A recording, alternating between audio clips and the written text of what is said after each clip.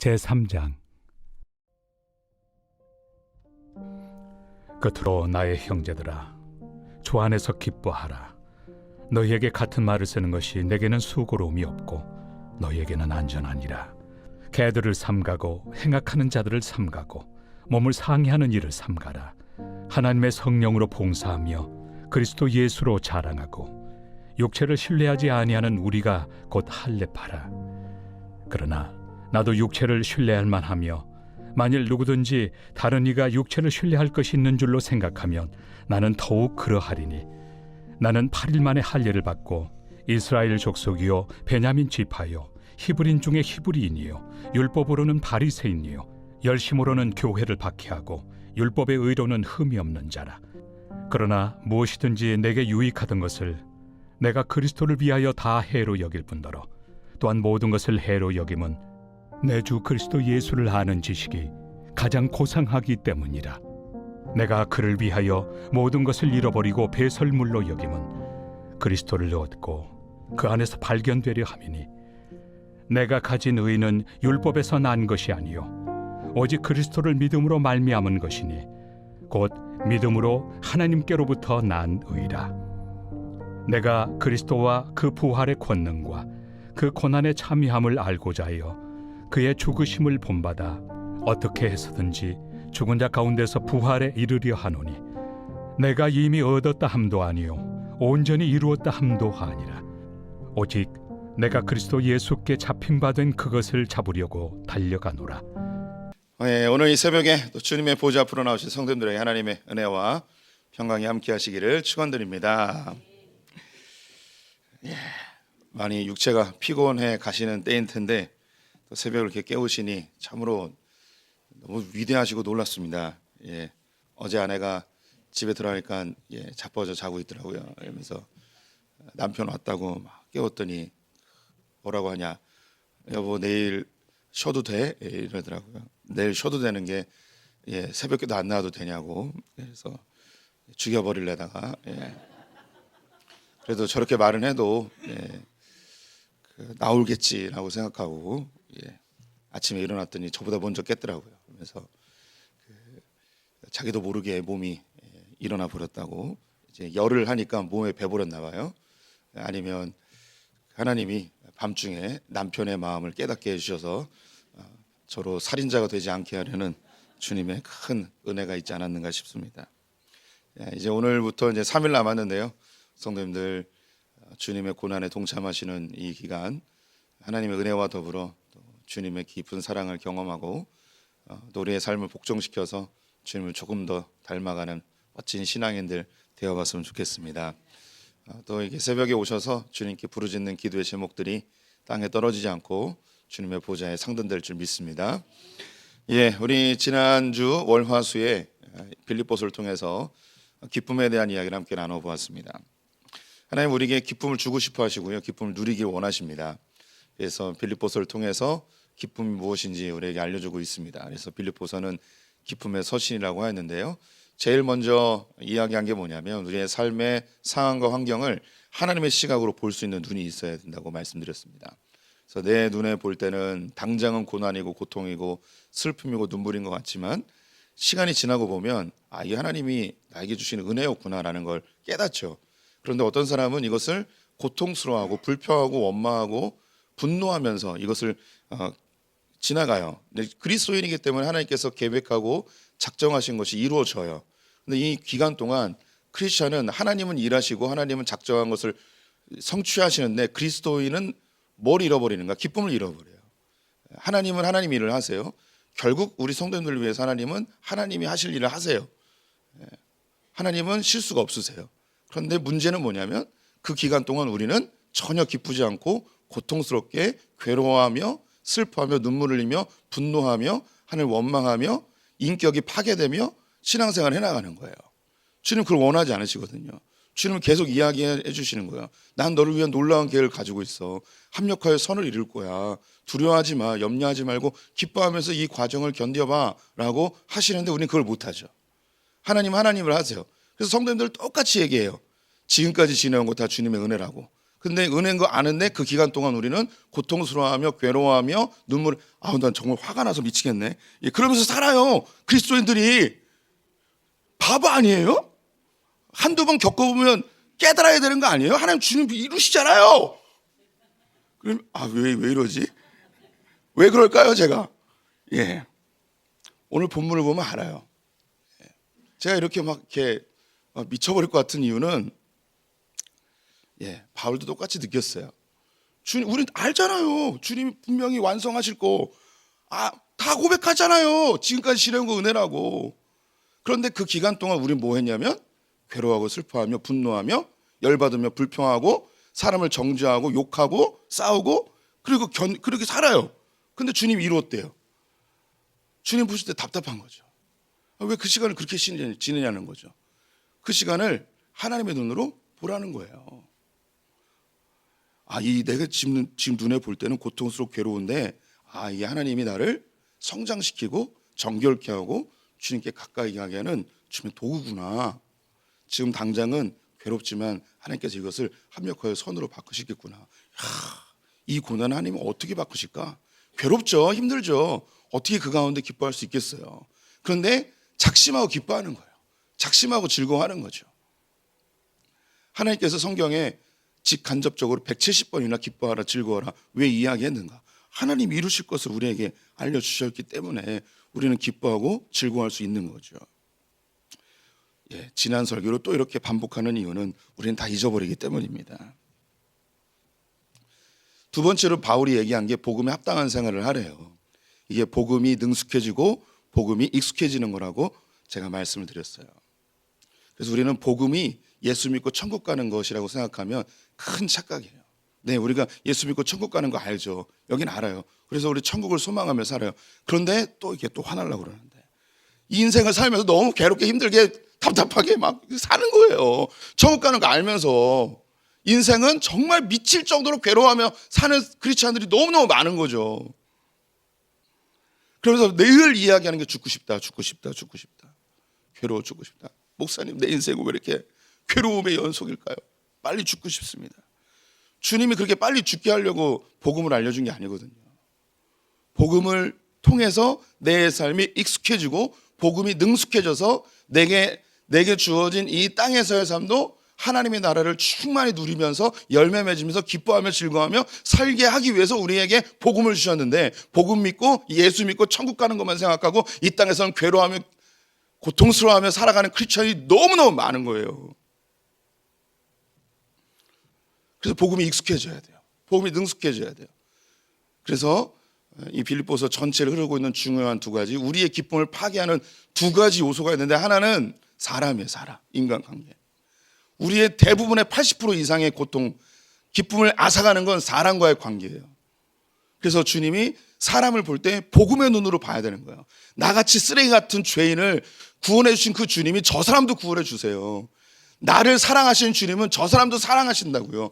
그런데 끊임없이 사람에 대해서 불평하고 원망하고 저주하고 뒤에서 호박씨 까고 이런 사람들 계속 불평하고 자기도 불평하면서 괴롭고 듣는 사람도 괴롭고 그런 사람이 얼마나 많은지 몰라요.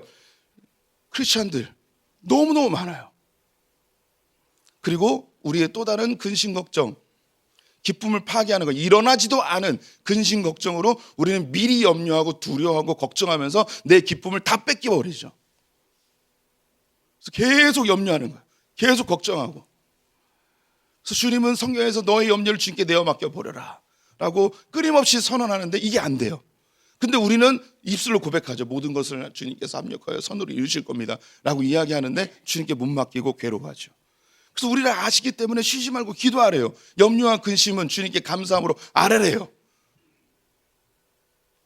4장을 볼 때 나오죠. 그리스도와 예수 안에서 하나님의 평강이 너희 마음과 생각을 지킬 거라고. 주님 우리에게 즉각 응답해 주신다는 게 아니에요. 기도하면 주님이 나에게 응답을 바로바로 주신다는 게 아니고 하나님의 평강이 우리 마음과 생각을 지키세요. 내 마음이 기쁨을 유지할 수 있도록 고통에 파묻히지 아니하도록 하나님은 하나님의 시간표대로 우리의 상황을 만들어 가시고 우리의 기도의 제목에 응답하시고 때로는 노라고도 이야기하시고 나중에 비로소 노라고 하신 이유도 깨닫게 되죠.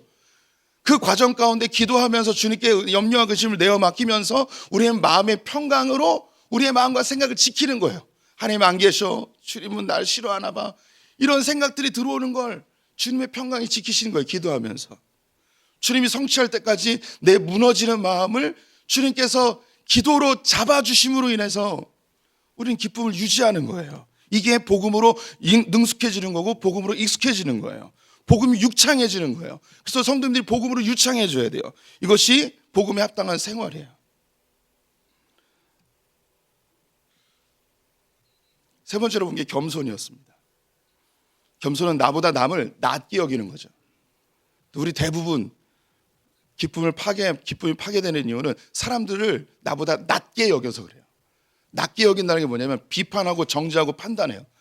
끊임없이 사람을 판단해요. 저런 게 왜 이렇게 할까? 저렇게 할까? 오늘 아침에 새벽에 일어나서도 아내랑 싸웠어요. 어우 주여.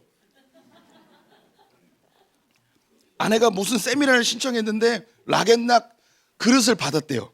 그래서 어제 밤에 왔는데 뭐 택배가 와 있더라고요. 아내는 자빠져 자니까 그걸 뜯지도 않았어요. 그냥 현관에 놓여 있더라고요. 그래서 뭘 또 시켰나 했는데 락앤락이 막 잔뜩 있는 거죠. 그래서 제가 그걸 보고서 뭐라고 얘기했냐면 락앤락을 다 풀어가지고 찬장에다 집어넣더라고요. 제가 뭐라고 그랬냐면 여보 새로운 걸 샀으면 옛날 건 버려야 돼 라고 했더니 당신이 살림할 거 아니면 그냥 가만히 처닥쳐 있어 막 이렇게 막 있었어요. 닥치고 있으라는 거예요. 그래서 아침부터 싸웠죠. 그래서 저는 겸손하지 못해요. 살림은 나의 아내가 나보다 낫다라고 인정해야 되는데 살림을 내가 더 낫다고. 이게 이렇게 한국말은 이게 참 더러워요. 이게 나보다 잘한다고 생각해야 되고 나는 못한다고 생각해야 되는데 내가 아내보다 살림을 잘한다고 생각하니까 제가 지적하고 또 정죄하고 판단하고 훈계하고 가르치고 그러니까 아침 새벽에 새벽기도 오는데 아내도 화나고 나도 화나고 제가 겸손하지 못한 거죠. 그런 제 머릿속엔 깊이 어떤 생각이 있냐면 나는 살림을 잘한다는 생각이 깊이 있어요. 제 속에.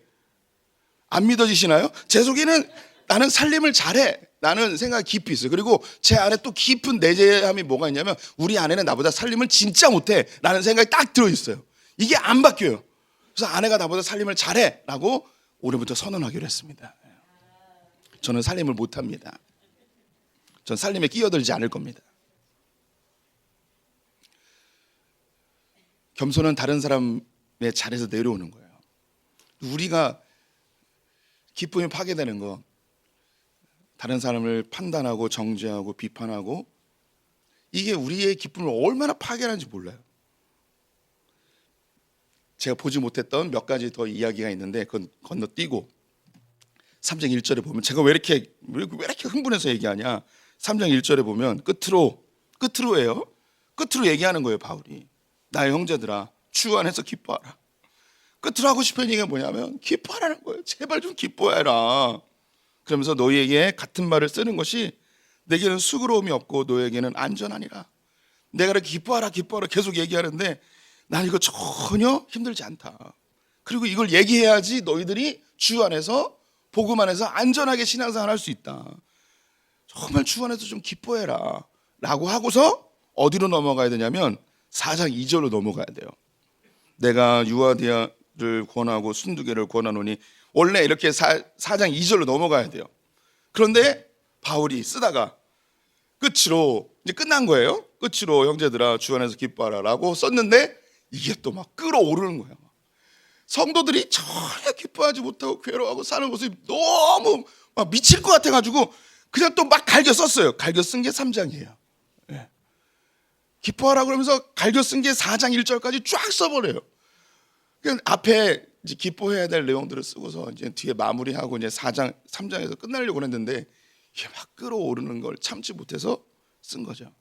근데 이것은 성경의 감동으로 기록된 것이기에 이 고통스럽게 제발 좀 기뻐하라 이 마음은 바울의 마음이 아니고 주님의 마음인 거죠.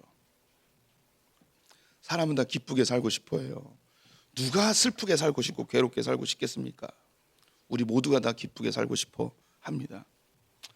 그런데 우리가 생각하는 기쁨은 고통도 없고 슬픔도 없고 눈물도 없고 불안함도 없고 괴로움도 없는 그런 상태를 기쁨이라고 생각을 합니다. 그래서 사람들은요 인생이 고통과 괴로움과 불안함의 연속이기 때문에 이런 것을 없애려는 방법으로 어떻게든 문제를 해결하려 하고 실력을 키우려 하기도 하고 불안의 요소를 어떻게든 제거하기 위해서 돈을 벌기도 하고 학벌도 갖고 뭐 여러 가지 방법들을 씁니다.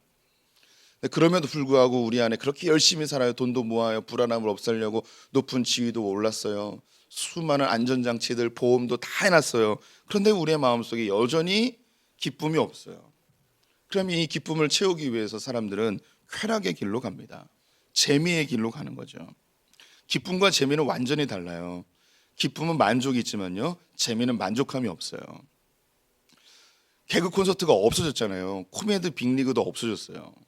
왜 이런 코미디 프로가 없어질까요? 세상이 더 재밌어서요? 아니죠. 사람들은요, 더 재밌는 걸 찾아요. 그래서 한 개그 프로그램이 재밌으면 한 몇 달 보고 한두 주 보면 지겨워져요. 그러면서 뭐라고 얘기하냐면 더 재밌는 거 없을까? 더 재밌는 프로는 없을까? 라는 생각을 하죠. 그래서 코미디언들은 정말 머리가 터지도록 연구를 하더라고요. 왜냐, 사람들이 만족함이 없고 더 재밌는 거, 더 재밌는 거. 우리 성도님들 맛있는 거 먹을 때 무슨 생각하냐면 더 맛있는 것을 생각해요. 한국 사람은 특이하대요. 맛있는 거 먹으면서 무슨 얘기하냐면 이거를 만족스럽게 먹는 게 아니고 어디 가면 더 맛있는 거 있어.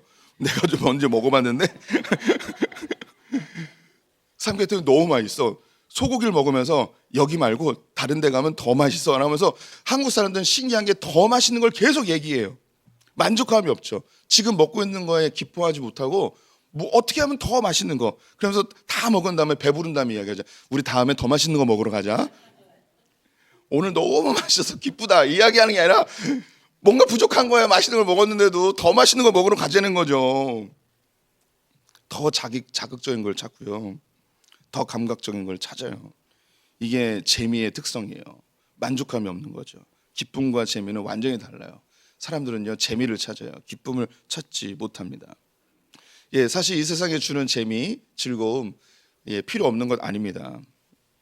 하지만 이것은 제한적이고 한시적이라는 것이죠. 그래서 바울은요, 오늘 본문에 이 세상의 것들로 기쁨을 누리지 말라고 이야기합니다. 그것이 2절에 개들을 삼가며 행악하는 자들을 삼가고 몸을 상해하는 일을 삼가라 라고 이야기했는데 조금 상징적으로 이야기하였기 때문에 이것을 뒤에 바울이 풀어서 이야기합니다. 자신이 이 땅에서 육신으로 얻을 수 있는 기쁨은 다 얻어봤다. 그런데 별 의미가 없고 소용이 없더라 라고 이야기하면서 5절부터 8절까지인데요. 제가 읽어볼게요. 나는 8일 만에 할례를 받고 이스라엘 족속이요 베냐민 지파요 히브리인 중에 히브리인이요 율법으로는 바리새인이요 열심으로는 교회를 박해하고 율법의 의로는 흠이 없는 자라. 그러나 무엇이든지 내게 유익하던 것을 내가 그리스도를 위하여 다 해로 여길 뿐더러 또한 모든 것을 해로 여김은 내 주 그리스도 예수를 아는 지식이 가장 고상하기 때문이라. 내가 그를 위하여 모든 것을 잃어버리고 배설물로 여김은 그리스도를 얻고. 바울이 이 세상에서 인간으로서 누릴 수 있는 건 다 누려봤다는 거예요. 그는 로마의 시민권자였습니다. 신분적으로 최상위 그룹에 있었던 거예요. 당시 로마에서의 시민권을 갖고 있는 사람들이 10%가 안 됐어요. 상위 10%였던 거죠. 근데 여기 이 상위 10% 안에서도 다 잘 사는 게 아니었어요. 그런데 이 바울은 아버지가 길리기아 다소 출신이에요. 다소는 사검으로 유명한 곳이었고요. 이스라엘 사람이 다소에 가서 로마 사회에서 그렇게 그 시민권을 얻을 수 있었다는 건 뭐냐면 그 아버지가 엄청나게 부자라는 거예요. 시민권은 전쟁에서 혁혁한 공로가 있거나 로마인의 적통이거나 아니면 돈이 많아서 시민권을 사는 사람밖에 얻을 수가 없어요. 그래서 바울의 아버지는 엄청나게 부자였던 거죠. 그는 또한 그 당시 최고의 학부였던 가말리엘 문화에서 공부했을 뿐더러 그는 히브리인 중에 히브리인이었어요. 히브리인 중에 히브리인이라는 것은 뭐냐면 디아스포라 유대인으로 400년 동안 살았기 때문에 이 히브리인인데 히브리어를 못하는 사람들이 많았어요. 그래서 히브리어를 할 수 있는 히브리인 중에 히브리인이었죠. 바리새인 중에 바리새인이었어요. 그는 가장 바리새인도 여러 파가 있었는데 그중에 가장 권력 집단 안에 있었던 거죠. 그는 가만히 있었으면 사내들의 공의에 국회의원이 될 수 있던 사람이에요. 그가 누릴 수 있는 건 모든 거 다 누릴 수 있는, 이 땅에서 얻을 수 있는 건 다 얻을 수 있는 유대인 중에 가장 최고 엘리트가 바로 바울이었죠. 그런데 이것을 아무리 많이 채워도 그의 마음속에 진정한 만족이 없었어요. 예수를 만났을 때 예수님이 그가 한 번에 회심할 수 있었던 이유, 주님이 빛 가운데 기적적으로 주님을 만났기 때문에 그것도 있었겠죠. 그런데 이 세상에 수많은 기적을 경험한 사람들이 다 그렇게 급격한 회심을 한 건 아니에요. 그럼 바울이 이렇게 급격한 회심을 할 수 있었던 중요한 동기, 그 안에 진짜 진리를 찾고 싶은 갈망이 있었기 때문이죠. 그래서 그가 예수를 만났어요. 그리고 생각해 보니까 자기가 지금까지 해왔던 그 모든 재미들, 이 땅에서 나를 기쁘게 해줄 것 같았던 그 모든 요소들이 다 배설물로 오히려 주님을 아는데 불편한 장애물이 될 뿐 아무런 유익이 되지 않는다는 걸 알고 배설물로 여겨버린다고 합니다. 사람들이 왜 기쁨을 얻지 못할까요? 그리고 왜 다른 것으로 자꾸 기쁨을 채우려 할까요? 심리학자들도 이 기쁨에 대해서 연구를 많이 해요. 성도님들이 서점에 가면 기쁨에 관련된 책들이 어마무시하게 많이 있습니다. 기쁨과 행복에 대한 책들이 굉장히 많아요. 그런데 그 모든 책들의 공통점은 어떻게 하면 기뻐할 수 있는가에 대한 방법을 알려줄 뿐 왜 사람들이 기쁨을 찾는지 근본적 이유를 설명하지 못해요. 제가 이렇게 기쁨에 대해서 막 유창하게 막 이렇게 설교할 수 있는 이유는 뭐냐면 제가 기쁨을 어마무시하게 연구했기 때문입니다. 저는 원래 본질적으로 기뻐하지 못하는 성향이라서 기쁘게 살고 싶어서 기쁨을 연구했어요. 심리학자들이 찾아낸 기쁨의 사람이 왜 이렇게 기쁨을 못 느끼는가, 왜 사람들은 이렇게 기뻐하지 못하는가, 심리학자들이 지금까지 20세기 초반부터 심리학이 발전한 이 100여 년 동안 기쁨을 찾았는데 이유를 못 찾았어요. 왜 사람들은 기쁨을 못 누리고 있는지, 왜 이렇게 사람들은 자꾸 기쁨을 찾아다니는지 이유를 못 찾았어요. 근데 성경은 알려주고 있어요. 사람이 왜 기쁨을 누리지 못하고 기쁨을 갈망하고 기쁨을 그렇게 간절히 원하고 있는가? 그 이유는 죄 때문입니다. 죄를 져서 인간이 에덴에서 쫓겨났습니다. 에덴의 뜻이 뭐냐면 기쁨이란 뜻입니다. 즐거움이란 뜻이에요. 사람이 에덴에서 쫓겨나서 기쁨을 잃어버렸어요. 즐거움을 잃어버렸어요. 그래서 인간은 본능적으로 자기가 잃어버렸던 기쁨과 즐거움을 되찾고 싶어 해요. 근데 그 되찾는 방법을 모르죠. 그래서 자꾸 무엇인가 다른 것으로 기뻐하려고 해요. 근데 성경은 얘기해 주는 거예요. 우리가 기쁨과 즐거움을 회복할 수 있는 방법은 주님 품으로 돌아가는 거예요. 에덴으로 돌아가야만 우리는 기쁨을 누릴 수가 있어요. 그럼 오늘 본문에서도 바울이 주 안에서 기뻐하라라고 이야기했는데, 우리가 기뻐하는 건 좋아요. 네, 기쁘고 싶어요. 그런데 주 안에서 기뻐하래요. 그럼 주 안에서 기뻐합니다. 어떻게 주 안에서 기뻐할까? 주 안에서 기뻐하는 게 뭘까? 교회 안에서 기뻐하는 건가? 신앙생활 속에서 기뻐하는 건가? 틀린 말은 아니겠죠. 근데 주 안에서 기뻐하라. 이 말은 에덴 안에서 기뻐하는 것과 똑같은 말이에요. 주님 품 안에서, 에덴 안에서, 하나님 나라에서 기뻐하는 거죠. 어제 그 송진영 목사님이 수요 성경 공부 때 웨스트민스터 교리를 얘기했는데, 여기서 하나님 나라는 주님 품이라고 이야기했어요. 하나님 자체라고 잘 설명해 줬어요. 에덴으로 돌아가야 된다는 건 주님 품으로 돌아가는 거고 하나님 안으로 들어가는 거예요. 그래서 주 안에서 기뻐하라, 하나님 나라 안에서 기뻐하라, 에덴에서 기뻐하라, 똑같은 표현이에요. 그럼 주 안에서 어떻게 기뻐할까요? 이걸 가장 우리 성도님들이 이해하기 쉽게 설명해 드릴게요. 주 안에서 기뻐하라는 건 뭐냐면 주님이 기뻐하신 것으로 기뻐하는 거예요. 우리는 이 세상에서 즐거움, 기쁨의 요소들을 수없이 찾을 수 있어요. 하지만 이것은 제한적이고 찰나적이에요. 그래서 바울도 이 땅에서 얻을 수 있는 모든 걸 얻어봤는데 유익은 있어요. 분명히 유익이 있어요. 그런데 진정한 만족은 없어요. 그래서 이야기하는 거죠. 주 안에서 기뻐하라. 다시 말해서 주님이 기뻐하신 것으로 기뻐해야 돼요. 그러면 주님이 기뻐하신 게 뭘까요? 성경에요, 하나님이 가장 기뻐하는 장면 몇 가지가 있어요. 그중에 대표적인 거 두 가지가 있는데, 첫 번째는 하나님이 가장 만족스럽게 기뻐한다고, 너무너무 좋다고 가장 많이 고백한 장면이 어디냐면 창세기 1장의 천지창조예요.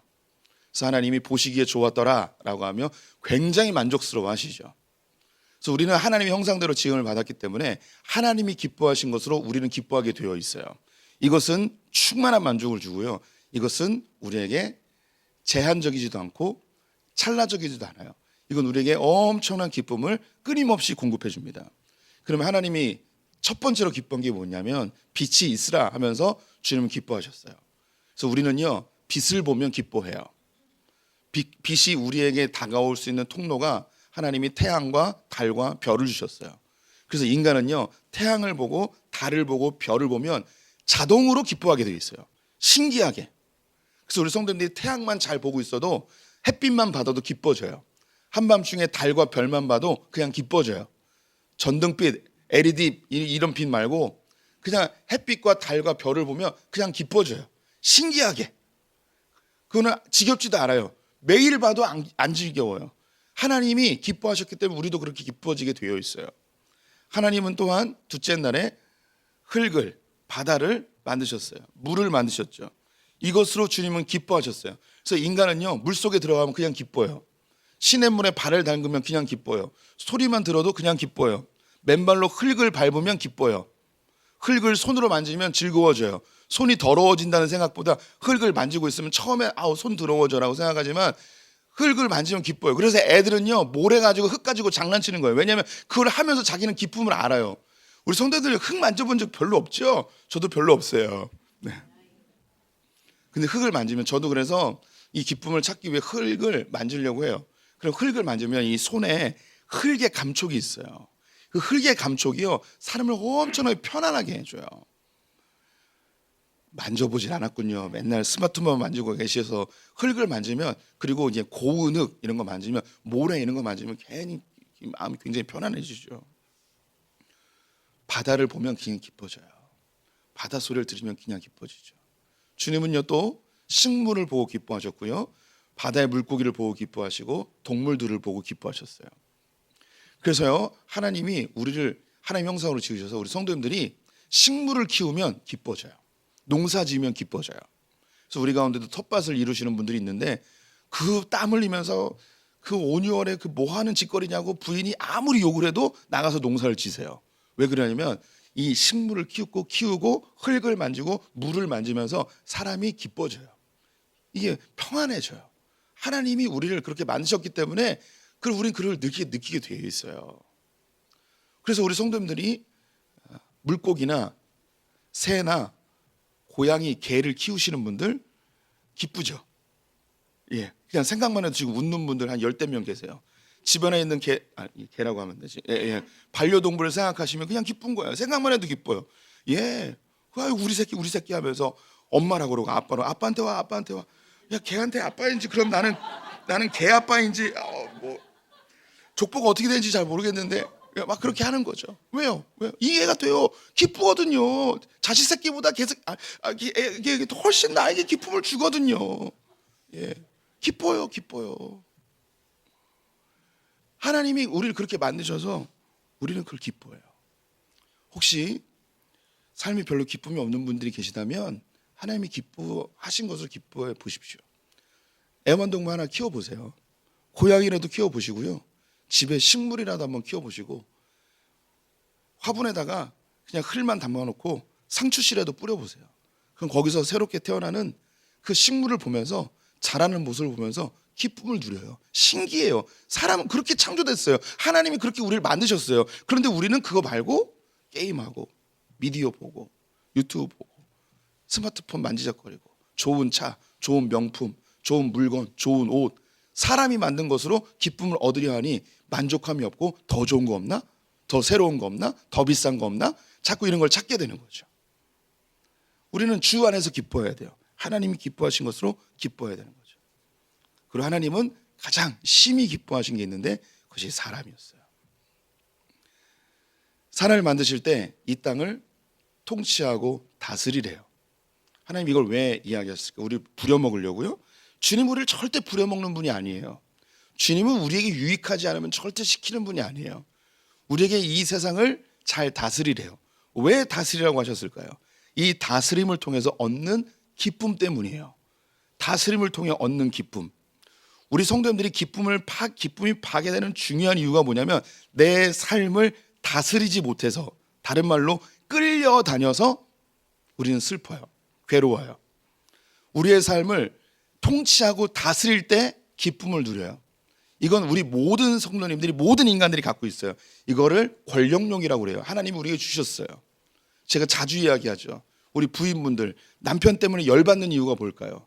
남편이 내 말을 안 들어서 열받아요. 성도님들이 자식 때문에 열받는 이유는 뭐냐면 자식이 내 말을 안 듣기 때문에 열받아요. 담임 목사가 왜 열받을까요? 성도님들이 인간관계 속에서 왜 열받을까요? 저 사람이 내가 원하는 대로 안 움직여요. 그럼 열받아요. 내가 원하는 대로 행동을 안 해요. 내가 원하는 대로 살지 않아요. 그럼 열받아요.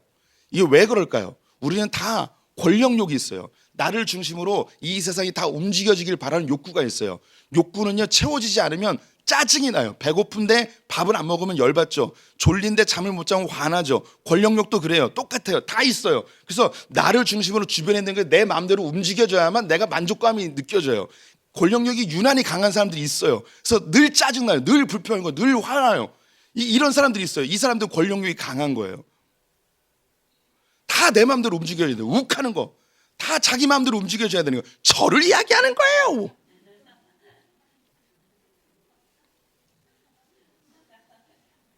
졸지 마세요. 제 마음대로 안 되면 막 화나요. 다 그래요. 하나님 원래 우리에게 잘 다스리라는 권세를 주셨어요. 그런데 이 죄로 인해서 이 다스림의 권세가 권력욕으로 바뀌어서 내 마음대로 모든 게 다 움직여져야 되는 거예요. 그게 이루어지지 않으면 화가 나죠. 그런데 이 죄로 인하여서 이 다스림의 하나님의 명령이 왜곡되어서 주변에 있는 사람들을 내 마음대로 움직이려고 하는데 하나님은 원래 그렇게 한 게 아니에요. 내게 주어진 것을 잘 다스리며 기쁨을 누리게 한 거죠. 하나님은 다른 것을 나를 중심으로 밖에 있는 것을 내 마음대로 움직이려고 하신 게 아니고 이건 죄 때문에 생긴 거고 하나님 원래 우리에게 주신 다스림은 내게 주어진 것을 하나님이 내게 주신 것을 잘 다스리면서 기쁨을 누리게 하셨어요. 그럼 우리에게 주어진 게 뭐냐? 세 가지예요. 시간, 돈, 사람. 이 세 가지가 우리에게 주어진 거예요. 이걸 잘 다스리지 못하면 우리는 종살이하고 끌려다니면서 기쁨이 파괴돼요. 설교가 점점 길어져요. 절반밖에 못했어요. 우리 성도님들은 이때부터 권력욕이 생겨요. 빨리 집에 가야 되는데 목사를 빨리 멈추고 싶고 입을 닫아버리고 싶은 욕구가 막 생기죠. 예, 참으세요. 우리는 일단 시간을 통제할 수 있어야 돼요. 돈을 통제할 수 있어야 돼요. 인간관계를 다스릴 수 있어야 돼요. 이건요 참 신기한 게 뭐냐면 많다고 해서 잘 다스린 게 아니고 없다고 해서 잘 다스린 게 아니에요. 돈이 많으면 시간이 많으면 잘 쓸 것 같죠? 아니에요. 시간이 많으면 신기하게 버리는 시간이 더 많아져요. 돈이 많으면 잘 다스릴 것 같은데 이 많은 돈 때문에 내가 끌려다녀요. 내가 통치하고 다스린 게 아니고 돈이 나를 지배해버려요. 많은 시간이 나를 지배해버려요. 내가 시간을 지배하는 게 아니고 시간이 날 지배해버려요. 인간관계도 마찬가지예요. 내가 친한 사람이 아주 많으면 내가 인간관계를 잘 하는 것 같죠. 내가 친한 사람이 많이 있으면 내가 인간관계를 잘하는 거라고 착각해요. 인간관계를 잘하는 건 뭐냐면 인간관계 타인에 의해서 내가 끌려다니는 인생이 아니라 내가 인간관계를 통제할 수 있는 것이 인간관계를 잘하는 거예요. 나에게 해가 되는 사람은 끊어야 되고요. 내게 유익한 사람은 잘 관리를 해야 되고요. 크리스찬들이 진짜 못하는 게 뭐냐면 인간관계 관리예요. 세상 사람들은요 인간관계 관리를 굉장히 잘해요. 왜냐하면 내게 이익이 되고 유익한 사람을 금방 알아요. 그래서 명절 되면요 정말 차에다가 트럭으로 선물 사가지고 다 돌려요. 크리스찬들은 안 돌려요. 왜 그럴까요? 우리는 믿는 구석이 있어요. 사람이 아니어도 하나님이 도와주신다는 그런 이상한 신념이 있어요. 인간관계는 관리해야 돼요. 고마운 사람에겐 갚아줘야 되고요. 갈등인 사람은 풀어야 돼요. 예수 안 믿는 사람은요 내게 이익이 되는 사람이랑 갈등이 생기잖아요. 이 사람하고 틀어지면 내게 엄청난 손해가 되는 걸 금방 알기 때문에 술을 먹이든지 뇌물을 주든지 어떻게 해서든 이 갈등의 관계를 해결하려고 노력을 해요. 근데 크리스찬들은요 안 해요. 주님이 알아서 해주겠지. 크리스찬들이요 교회 안에서 사람하고 친하게 지내니까 인간관계를 잘한다고 엄청 착각해요. 사람하고 친한 거랑 인간관계 관리는 전혀 달라요. 제가 이제 이거 하나하나만 해더라도 정말 그 하루 세미나씩이에요. 인간관계 관리, 재정 관리, 그리고 시간 관리. 크리스찬들은요 또 재정 관리도 진짜 잘 못해요. 시간 관리도 잘 못해요. 저는 잘하냐? 저도 잘 못해요. 제가 대학교 때는 15분 단위로 스케줄표를 써서 제가 시간 관리를 했어요. 그리고 제가 목회하면서 시간 관리를 잘 안 했거든요. 그런데 올해 제가 다시 좀 시간 관리를 해야겠다라고 생각해서 다이어리를 샀어요. 제가 쓰는 다이어리는요 20분 단위로 그 계획을 세울 수 있는 다이어리예요. 제가 예전에 15분 단위로 계획을 세워봤기 때문에 20분 단위로 하는 것은 조금 더 여유 있게 잘 하고 있어요. 그래서 올해부터 다시 시간 관리를 다시 들어갔어요. 그래서 제가 그 소비되는 시간들을 다 정리하고 그리고 색깔별로 막 칠하면서 내가 어떻게 쓰고 있나, 이것 때문에 내가 계획을 잘 세운다는 게 아니고 시간을 관리하는 거예요. 내가 통제하는 거예요. 우리는요 하나님이 우리에게 주신 것을 잘 관리하고 다스릴 때 기쁨을 누리게 되어 있어요. 그런데 죄로 인해서 우리는 다른 사람을 통제하고 내 주변의 환경들을 내 마음대로 바꾸려고 하면서 짜증나고 열받으면서 그게 잘 돌아가야지 기쁘다고 생각해요. 근데 이 안 바뀌어요. 밖에 있는 환경 안 바뀌어요. 내 자식도 안 바뀌고요. 부인도 남편도 안 바뀌어요. 담임 목사도 안 바뀌어요. 저는 제 마음대로 설교를 할 거예요. 바쁘신 분은 그냥 가면 돼요. 안 바뀌어요. 안 바뀌어요. 그러면 바꿀 수 있는 건 뭐냐면 나를 바꿀 수 있어요. 하나님 내게 주신 시간, 재정, 인간관계. 잘 생각해 보세요. 성도님들이 시간에 끌려다니는 사람인지 시간을 다스리는 사람인지, 내가 돈에 끌려다니는 사람인지 돈을 다스리는 사람인지. 돈이 없다고 해서 끌려다니는 게 아니에요. 돈이 없는 사람도요 오히려 없는 것에서 나눠주게 돼요. 돈을 다스려요. 인간관계 그냥 전화하면 만나자 그러면 그냥 가서 내가 해야 될 일을 못하고, 사람 좋아서 사람을 좋아한다는 이유로 내가 인간관계를 잘 못해서 내가 다스리지 못하고 끌려다니는 인생. 주님이 우리에게 다스림을 통하여 기쁨을 누리게 하셨습니다. 이 부분은 굉장히 중요해요. 주님이 기뻐하셨던 또 하나의 장면이 있어요. 그 장면은 예수님이 이 땅에 오셨을 때 세례를 받으시고 공생애를 시작하시며 주님이 선포하셨죠. 이는 내 사랑하는 아들이요 기뻐하는 자라. 주님이 자기 아들을 이 땅에 십자가를 지기 위해 보내실 때 기뻐하셨어요. 아들을 죽이러 보내는데 기뻐할 아버지가 어디 있겠습니까? 그런데 그 십자가가 이 세상을 회복하고 우리를 주님 품으로 돌아오게 하는 길을 열어주는 거기 때문에 기뻐하셨습니다. 주님이 기뻐하신 것을 우리는 기뻐해야 돼요. 우리가 십자가의 길을 걸을 때 우린 기뻐해야 돼요. 예수 때문에 겪는 고통을, 고난을 기뻐해야 돼요. 그래서 성경은 고난이 유익이라 이야기하고 환난 중에도 기뻐하라고 이야기하는 거죠. 우리는 기쁨이라고 이야기하면 다 좋은 것만 생각해요. 성경 그렇게 이야기하잖아요. 지금 우리가 당하는 이 고난과 시련이 정금처럼 우리를 단련하여서 우리가 영광을 얻게 하시는 그 더 큰 기쁨을 주기 위한 시련의 과정도 있는 거예요. 이 세상은 이 시련의 과정을 싫어해요. 제가 굉장히 생김새가 굉장히 문학적이고 서정적으로 생겼잖아요. 그래서 저는 시도 좋아하고 소설도 좋아하고 문학을 좋아하고 그랬습니다. 제가 읽지 않는 책이 있어요. 한두 번 읽다가 읽지 않아요. 그 장르가 뭐냐면 무협지예요. 무협지를 안 읽어요. 무협지가 우리 어르신들은 무협지 세대잖아요. 근데 지금은 어떤 게 바뀌었냐면 판타지 소설로 바뀌었어요.